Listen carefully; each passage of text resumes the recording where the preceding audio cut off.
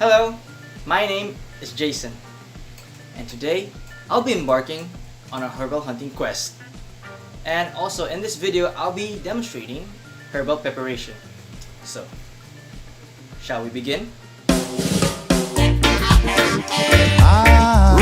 boy, when I take a song, I play your musical disco, no winkle rock, cause I'm watching it to you. Good gosh. And now for Kalabo, which is also known as Philippine oregano or Mexican oregano. Its scientific term is Oregano vulgare.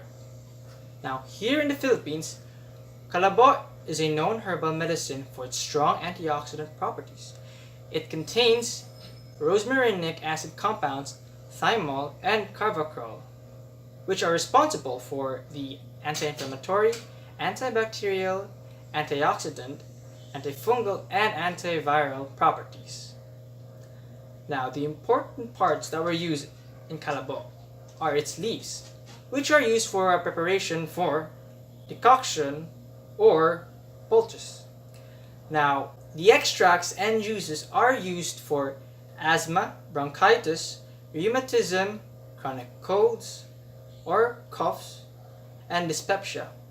Kalabo leaves also relieves swelling, boils, and stings when applied using a poultice. Now, in preparation for Kalabo as a tea, you may boil 1 cup of Kalabo leaves and 3 cups of water. Boil them for 10 to 15 minutes. Drink half a glass for thrice a day, 4 cups. And for a concentrated version for this, juice the leaves and have 1 tablespoon every hour to relieve asthma, bronchitis, rheumatism, chronic colds, and dyspepsia. You may also use the leaves externally for insect bites, wounds, and stings. When properly prepared and consumed for moderation or in small amounts in your diet, Kalabo leaves are considered safe even for children and pregnant women. However, taken more than the recommended dosages may very well in fact have side effects. These side effects are an upset stomach, allergic reaction. Kalabo may also increase a risk for bleeding for people with bleeding disorders, and it can also lead to diabetes because it can lower your blood sugar levels. So before taking Kalabo as your herbal medicine, please consult your doctor. Next one, we have Peperonia pellucida. Common names are ulasimang bato and pansit-pansitan. Now, ulasimang bato is a small herb that grows on lightly shaded or damp areas, such as nooks and crannies, walls, yards, and even rooftop. Now, Peperonia pellucida has a heart-shaped leaves with succulent stems and also flowers on spike. Ulasimang bato is a very popular herbal medication for gout because it contains analgesic properties. Gout is the most common type of arthritis among Filipinos. According to the statistics of Philippine Rheumatology Association, around 1.6 million Filipinos are suffering from gout. So it's no surprise that this herbal medication is starting to become the center of attraction when looking for an alternative to the conventional treatment of gout like allopurinol. Indications: infusion, decoction, or salad, or tea for gout and rheumatic pains. You may also use pounded warm plants, poultice for bowls and abscess. Special precautions are to avoid with any other pain relievers and diuretics. As with other herbal medicine, avoid ingesting if you have pre-existing health conditions or are taking maintenance and other medications. Now, currently there are no known side effects, but there is a possibility for allergies. It is important to follow what is recommended and to listen to your doctor's advice. So in preparation, drink it as a tea. To prepare the tea for the alleviation of pain, especially one caused by arthritis, prepare 1 cup of stock and leaves. Wash thoroughly and then boil it in 2 cups of water. Drain and then drink a cup once in the morning and again in the evening. You can also use it as an external antiseptic. Prepare the tea like and use decoction to rinse the skin wounds. You can also use it as a poultice. Collect the stalks and leaves and then boil them up for 2 minutes. Pound and apply directly over the wound, abscess, or pimple. You can also use ulisamang bato to relieve headaches. Heat some leaves in hot water and then bruise the surface slightly. Press over the temple and forehead to feel the effect. Next on our list is ginger, also known as luya in Bisaya. Its scientific name is Zingiber officinale. Now, ginger has been used as a spice, food, and medicine for hundreds of years and is one of the earliest documented herbs utilized for maintenance of health and treatment of disease. Now, ginger can be found almost everywhere in supermarkets and your local sari-sari stores. Ginger also claims to have many medicinal values ranging from antimicrobial and antibacterial, anti-inflammatory, and to anti-nausea.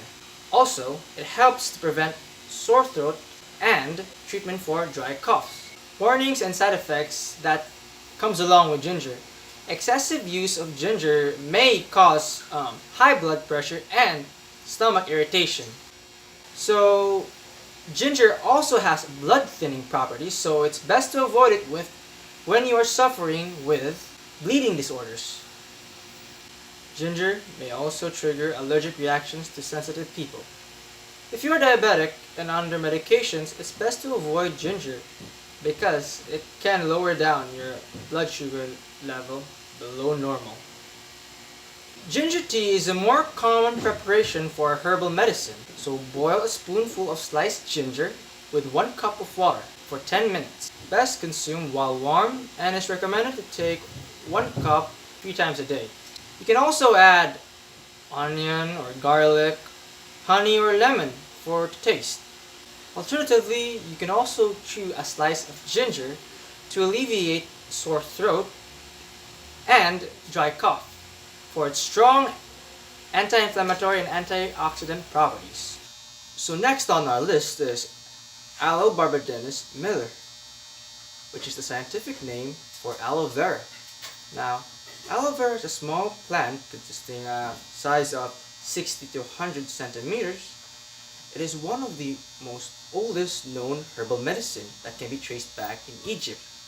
Nowadays, aloe extract or its gel has been popularly used as a home remedy for such skin problems such as psoriasis, burns, sunburn, and insect bites. Aloe vera can be widely cultivated or grown in pots and can be bought from stores. So the possible interactions and side effects of aloe vera are when you ingest 2 tablespoons of the aloe vera juice or extract per day, it can lead to hypoglycemia for people with diabetes. Aloe gel extract might be unsafe in high dosages, so a combination of aloe and digoxin or diuretics could cause potassium levels to fall low. So preparations for an external topical use of the aloe gel extract: carefully slit the leaf of aloe vera, remove its gel, and clean the wound site before applying its gel. Do not apply the gel to open wounds. In rare cases, it may cause an allergic reaction and mainly a skin rash. If you develop a skin rash, stop using the gel. Now, the next one is Momordica carantia, which is the scientific name for Ampalaya in Tagalog, Palya in Bisaya. Common names are bitter melon, bitter gourd, and bitter cucumber. Now, Ampalaya is a popular herbal medicine in the treatment and management for type 2 diabetes. It also has anti-diabetic or anti-hyperglycemic, antioxidant, anti-inflammatory, and analgesic properties. The effectiveness of Ampalaya as a herbal medicine has been tried and tested by many research clinics and laboratories worldwide. In the Philippines, the Department of Health has endorsed Ampalaya as an alternative medicine to alleviate various ailments. So, indications. Ampalaya is a widely used herbal remedy to lower the blood sugar levels for diabetic patients. The juice of Ampalaya is also used as an analgesic to alleviate symptoms of fever, headache, and body pains. So special precautions, Ampalaya juice, fruit, and young leaves are considered safe to be digested. But, as with other herbal medicine, the key is in moderation of use. So do not go over the recommended amount. Under medications for diabetes, hypertension, heart problems, taking Ampalaya in medicinal dosages may counteract or abrogate its effectiveness. It is advised to consult your doctor before using this herb. So preparing Ampalaya as a herbal remedy.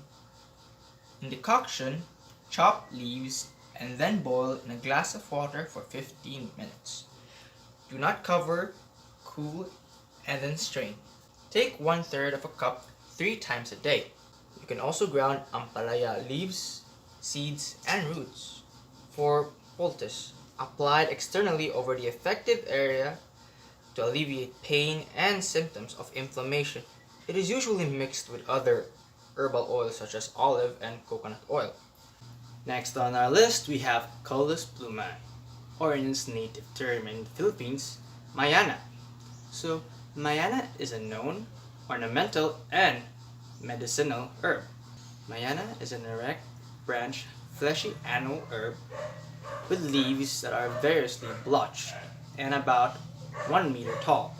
It is one of the traditional uses of folkloric medicine and is primarily used for pain, sore, swelling, and cuts. These traditional uses of Mayana are scientifically supported by studies here in the Philippines and abroad. Preparation for the medicinal uses of Mayana. For headache, pound 3 to 4 leaves and apply over temples and nape. For bruises and sprains, crush or pound 10 to 12 leaves and apply over the ankles, wrists, or affected areas for 30 minutes, 3 times a day. You may also use bandage to hold the poultice. For mild bleeding of wounds, wash the young leaves, crush and extract the juice. Drop a few drops of the juice directly on the wound. Apply the crushed leaves as poultice. Next one on our list is Allium sativum, which is commonly known as garlic or bawang in Tagalog and ahos in Visaya.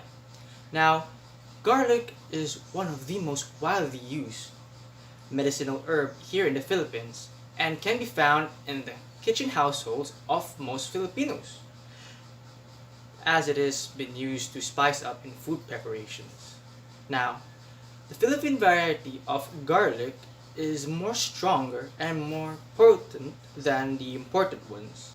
Allicin, the active component of garlic, has been shown to have antimicrobial and antibacterial properties, which has saved the lives of soldiers during World War II, as these properties prevented the wounds from being infected and later on turned to gangrene.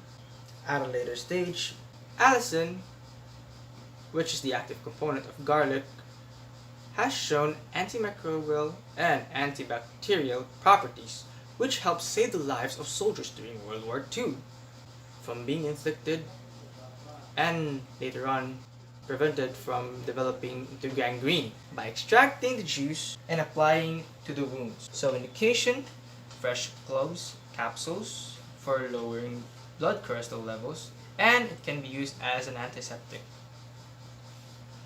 Parts used are leaves and bulbs. So special precautions, avoid using medicines that lowers your blood sugar and has blood thinning properties.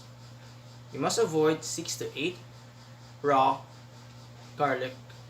You must avoid ingesting 6 to 8 raw garlic a day. The dosage of garlic must not exceed 6 to 8 cloves a day. And eating raw garlic can develop ulcers. Uses and preparation. For hypertension, you can fry it, roast it, soak it in a vinegar for 30 minutes, or blanch it in a boiling water for 10 minutes. Take 2 to 3 times a day after meals. You can also use it as an antiseptic for wounds and insect bites. So crush or pound a few cloves and then gently apply them on the affected area. And now we're on to Citratus cymbopogon, which is commonly known as lemongrass or tanglad in its native term in Filipino. So lemongrass is an herb that is largely popular due to its citrus flavor with trace of ginger. It is widely used in cooking to serve spice for Asian cuisines from Thai to Filipino.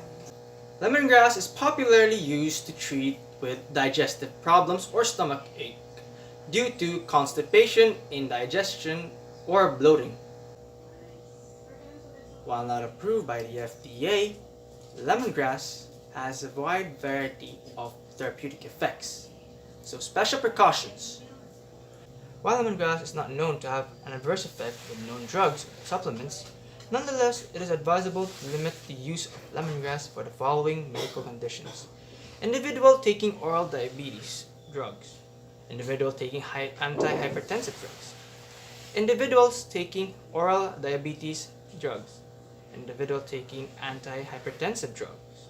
Individuals with diabetes or who are hypoglycemic. So, in preparation to make an herbal lemongrass tea, pound or cut the leaves of lemongrass. Then add 2 cups of boiling water for 10 to 15 minutes. Strain and add sugar or a slice of ginger to taste. You may also add lemon or honey. Let it cool and drink a cup up to 3 to 4 times a day. Now, we'll be talking about Moringa oleifera, commonly known as horseradish tree and drumstick tree, also malunggay in native Filipino term. So, malunggay is a very nutritious plant that is used to combat malnutrition in third world countries, especially for infants and nursing mothers. Now, malunggay is widely also used as a vegetable ingredient, as well as a herbal ingredient for a number of illnesses and practical uses, such as boosting our immune system, promotes milk in production for nursing mothers, is also a good source of calcium, promotes wound healing, and is recommended for people with hypertension and diabetes. Malunggay also contains antimicrobial or antiseptic, anti-inflammatory, and antioxidant properties. So the dosage, warning, and side effects of malunggay. So malunggay is possibly safe for most people when taken by mouth in food quantity. The long-term safety of its herbal preparation is unknown. Just like any other herbal medicine, it's best to use this in moderation. Preparation for malunggay as a herbal medicine. Malunggay as food. So malunggay pods can be eaten raw. Its leaves and flowers may also be cooked together with other vegetables and meat to form soup and viands. Malunggay decoction can be used for antiseptics, to wash for sores and wounds. First, you have to boil the malunggay roots and its leaves. Let it cool to tolerable warm temperature. Use it to wash wounds and sore. If you prefer to gargle the malunggay decoction, it can be used to wash mouth sores and sore throats. And lastly, malunggay poultice.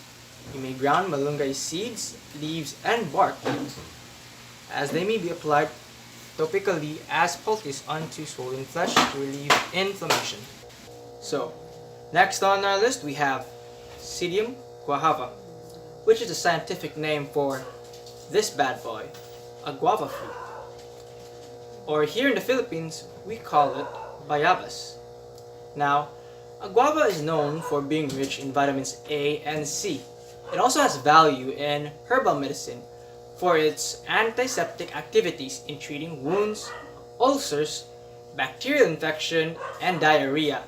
Guava contains various compounds that provide various health benefits. So the possible side effects of guava is its excessive use of its leaf extracts may result in nausea or stomach ache for some. When taken as food, there are instances when some people may have an allergic reaction to some of the plant's components when applied directly on the skin. So, in preparation for making guava as a herbal medicine, as a decoction, boil a fresh cup of bayabas leaf in 3 to 4 cups of water for 10 minutes. Strain the decoction and let it cool. Now, using the decoction preparation, you may also use it as an antiseptic wash for treating wounds. Wash the wounds or the affected area at least twice a day. For mouthwash, gargle the bayabas leaves decoction as needed. For treatment of gum swelling and tooth decay, chew fresh bayabas leaves. Treatment for skin disorders, apply the poultice onto the affected area with a cotton ball or pad. So those were the 10 herbal plants that I've gathered during my adventure in hunting them. I hope that you have learned how to utilize them and also their purposes. I also hope you'll be having fun making them as I did. Once again, this is Jayson from BSN 2B. Thank you for watching.